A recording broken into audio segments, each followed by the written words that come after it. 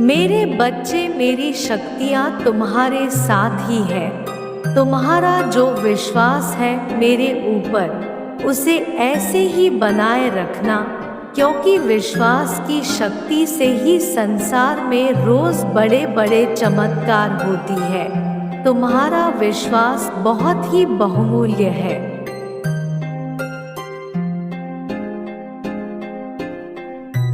यदि तुम्हारे अंदर कोई कमी भी है तो फिर उससे भागकर तुम अपना भला नहीं कर सकते हो।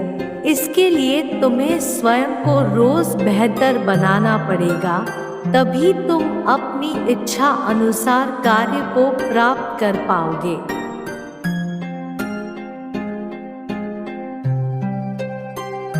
इस संसार में जो व्यक्ति केवल अपने लिए जीता है, उसका एक न एक दिन में मरण हो जाता है।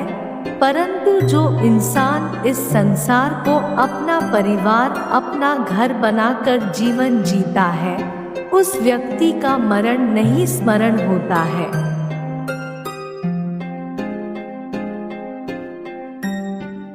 वह इस संसार के अंत तक रहता है।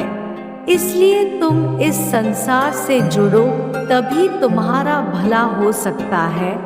तुम्हें सभी को माफ करना सीखना है। इससे तुम्हारे जीवनी को एक अलग ही आनंद की प्राप्ति होगी। यही तुम्हारे द्वारा की गई सर्वश्रेष्ठ भक्ति होगी।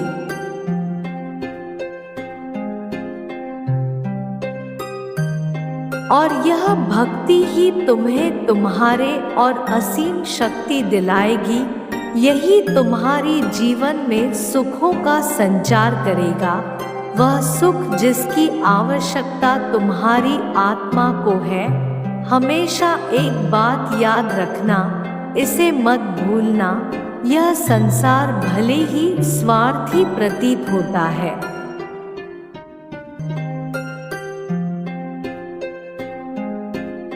परंतु तुम्हें अपना मन मलिन नहीं करना है। तुम्हारी ऊर्जा सकारात्मक है, उनमें नफरत मत रखना। अपने पवित्र ऊर्जा को किसी और की नकारात्मक ऊर्जा से प्रभावित ना होने देना। किसी को यदि जवाब देना भी पड़े तो अपने कर्मों से दो।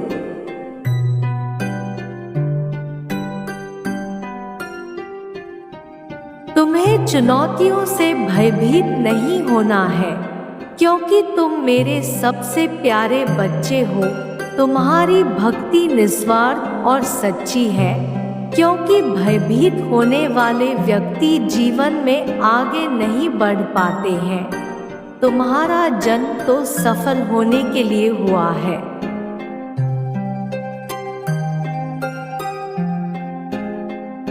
अपने अलौकिक ऊर्जा से इस संसार का कल्याण करने के लिए हुआ है।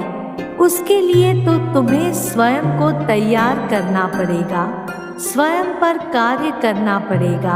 प्रतिदिन अपने ज्ञान को बढ़ाने के लिए कार्य करना पड़ेगा। यह पूरा ब्रह्मांड तुम्हारे आसपास रहता है।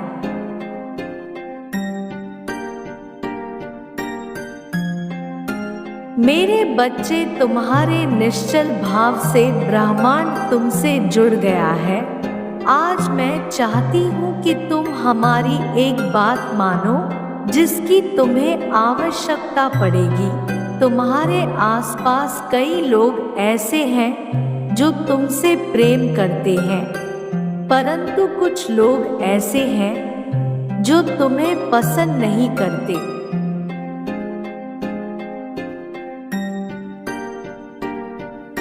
ऐसे में एक प्रश्न यह है कि जो तुम्हें पसंद नहीं करते उसके साथ क्या करें। ऐसे में तुम्हें उन्हें भूल जाना है। यदि कोई तुम्हें पसंद नहीं करता तो तुम्हें उससे घृणा करने की आवश्यकता नहीं है। घृणा करना तो उस व्यक्ति की समस्या है, तुम्हारी नहीं।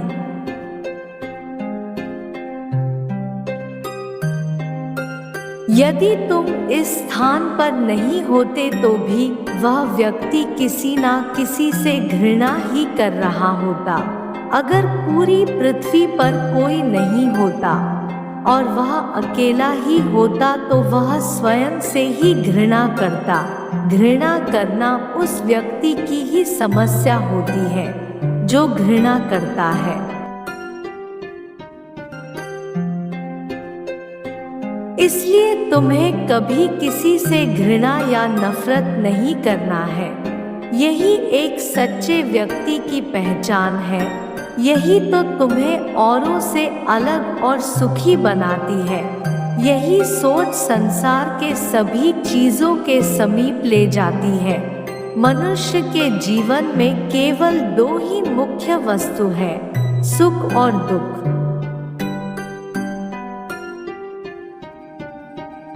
सुख वह है जो मनुष्य को उसकी सच्चाई दिखाए और दुख वह है जो मनुष्य को अपने आसपास वालों की सच्चाई दिखाए। तुम्हारे जीवन के इन्हीं दो पक्षों के बारे में तुम्हें आज मैं एक कहानी सुनाने जा रही है।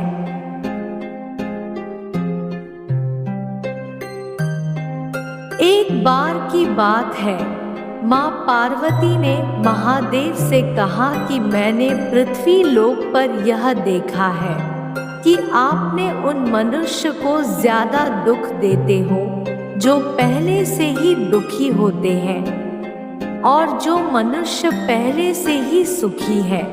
आप उन मनुष्य को और भी ज्यादा सुख प्रदान करते हो।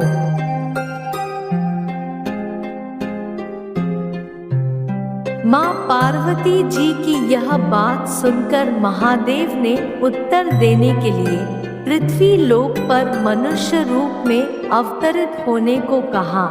महादेव पार्वती जी ने मनुष्य रूप में आकर एक छोटे से गांव के पास अपनी कुटिया बनाई। शाम होने पर महादेव जी ने पार्वती जी से कहा,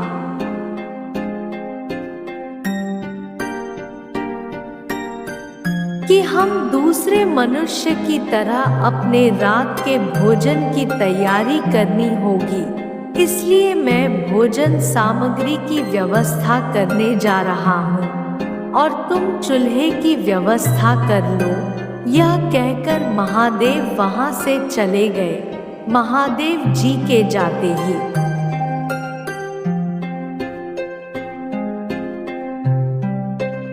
देवी पार्वती जी ने गांव में टूटे और गिरे हुए मकानों से कुछ ईंटों का प्रबंध किया और चूल्हे को तैयार कर दिया। कुछ देर बाद जब महादेव जी वहां से वापस आए तो महादेव जी ने पार्वती जी से पूछा कि जो मकान पहले से ही टूटे हुए थे,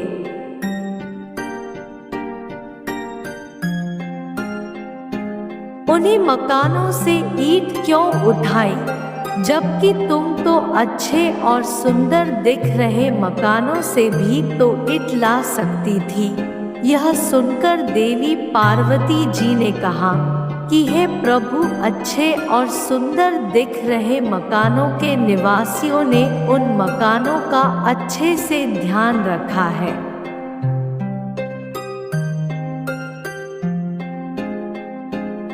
उनकी मेहनत और उन मकानों की सुंदरता को बेकार करना मुझे उचित नहीं लगा। देवी पार्वती जी की यह बात सुनकर महादेव जी ने यह बताया कि जो बात उन्होंने मकानों के बारे में कही है वही उनके प्रश्न का उत्तर भी है।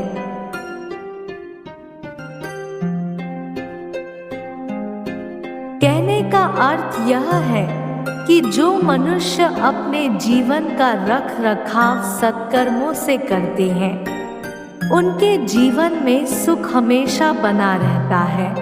अर्थात जो मनुष्य अपने जीवन को अपने ही को कर्मों से नष्ट कर देते हैं उनके जीवन में हमेशा ही दुख बना रहता है।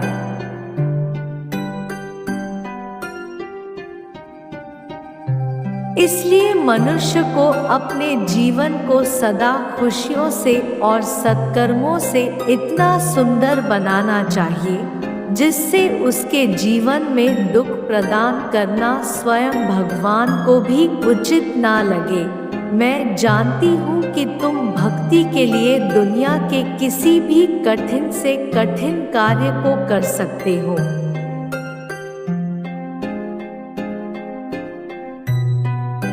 परंतु तुम्हारे लिए यह समझना अत्यंत आवश्यक है कि ईश्वर की भक्ति करना बिल्कुल भी कठिन कार्य नहीं है।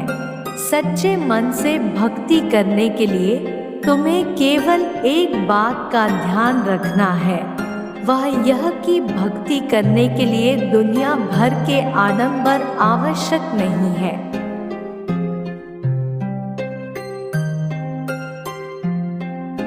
बल्कि भक्ति के लिए आवश्यक है भक्ति। तुम्हें तो यह पता होगा ही कि भगवान सर्वव्यापी है।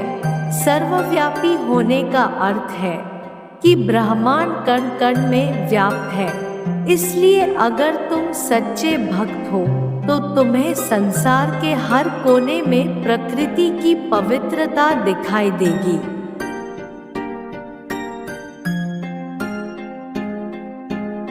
एक बात हमेशा याद रखना, अगर तुम सच्चे मन से सच्चे हृदय से ईश्वर का ध्यान करते हो तो उस वक्त अपने ईश्वर के दर्शन होना निश्चित हो जाता है। किंतु ईश्वर अपने भक्तों को कब, कहाँ और किस रूप में दर्शन देंगे यह अनिश्चित है।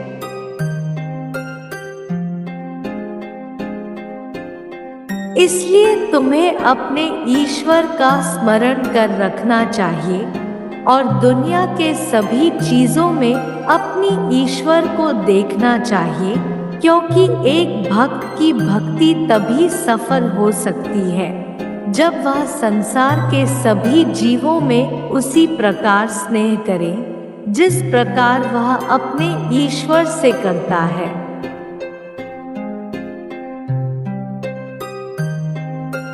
तुम्हारी हर बात, हर इच्छा ईश्वर तक पहुंचती रहती है, इसलिए तुम्हें चिंतित होने की आवश्यकता नहीं है।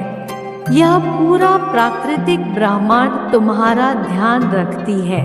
यह संसार में तुम्हारी किसी से कोई प्रतिस्पर्धा नहीं है। किसी प्रकार की प्रतिस्पर्धा की तुम्हें आवश्यकता नहीं है।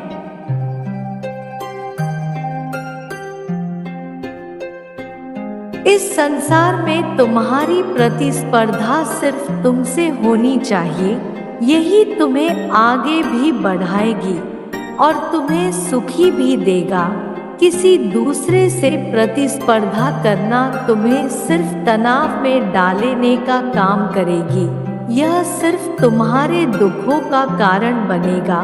तुम जैसे हो तुम्हें उसी रूप में स्वयं को पहचानना है।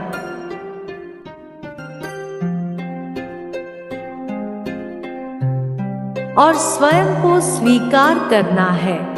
एक बात हमेशा याद रखना, तुम जितने दुखी और तनाव में रहोगे उतने ही अधिक लड़ाई झगड़ों से घिरे रहोगे, उतने ही अधिक परेशान रहोगे।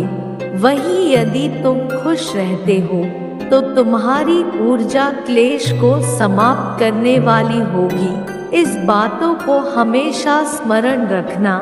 मेरा आशीर्वाद सदा तुम्हारे साथ है।